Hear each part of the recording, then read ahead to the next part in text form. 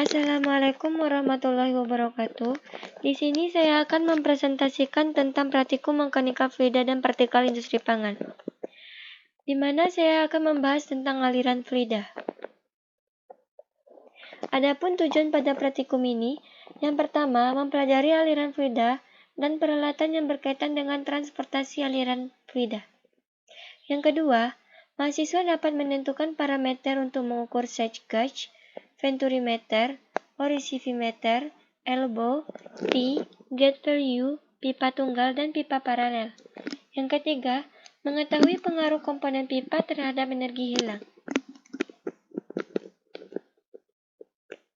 Aliran fluida adalah pergerakan zat cair atau gas yang terjadi karena adanya perbedaan tekanan.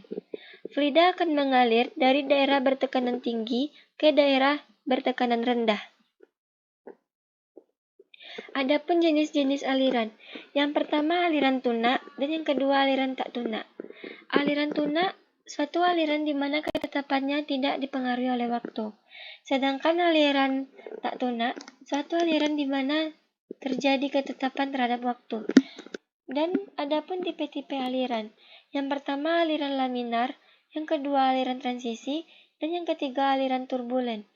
Aliran laminar, aliran yang terjadi ketika bilangan Reynolds-nya kurang dari 2300, sedangkan aliran transisi apabila bilangan Reynolds-nya 2300 sampai 4000, dan aliran turbulen terjadi karena bilangan Reynolds-nya lebih dari 4000. Ini alat yang kami gunakan pada praktikum aliran fluida.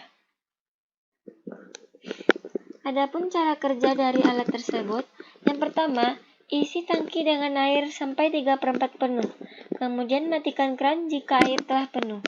Yang kedua, untuk aliran pipa 1 in, valve pada pipa 1 in yang akan dilalui fluida, selain dari valve tersebut ditutup. Yang ketiga, hidupkan pompa untuk mengalirkan fluida ke pipa.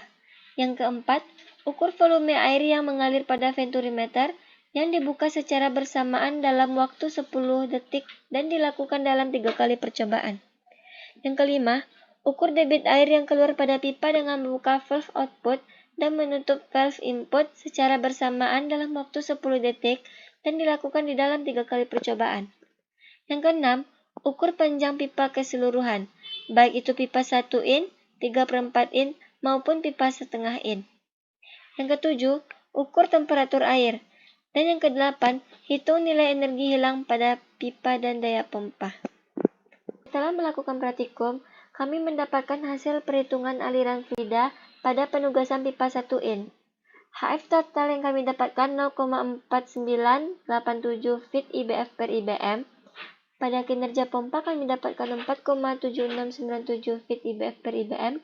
Pada laju alir massa kami dapatkan 0,230 IB per sekon, dan pada daya pompa kami dapatkan 1,49 watt.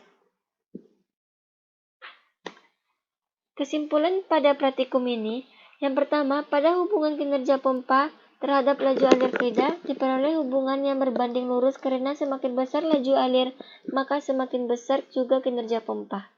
Yang kedua, semakin kecil diameter pipa, maka kinerja pompa semakin besar. Pada pipa setengah in memiliki kinerja pompa lebih besar daripada pipa 3/4 in. Yang ketiga, pada pipa 1 in, 3/4 in, dan pipa setengah in menghasilkan jenis aliran turbulen karena bilangan Reynolds-nya lebih dari 4000. Mungkin sampai sini presentasi yang dapat saya sampaikan. Assalamualaikum warahmatullahi wabarakatuh.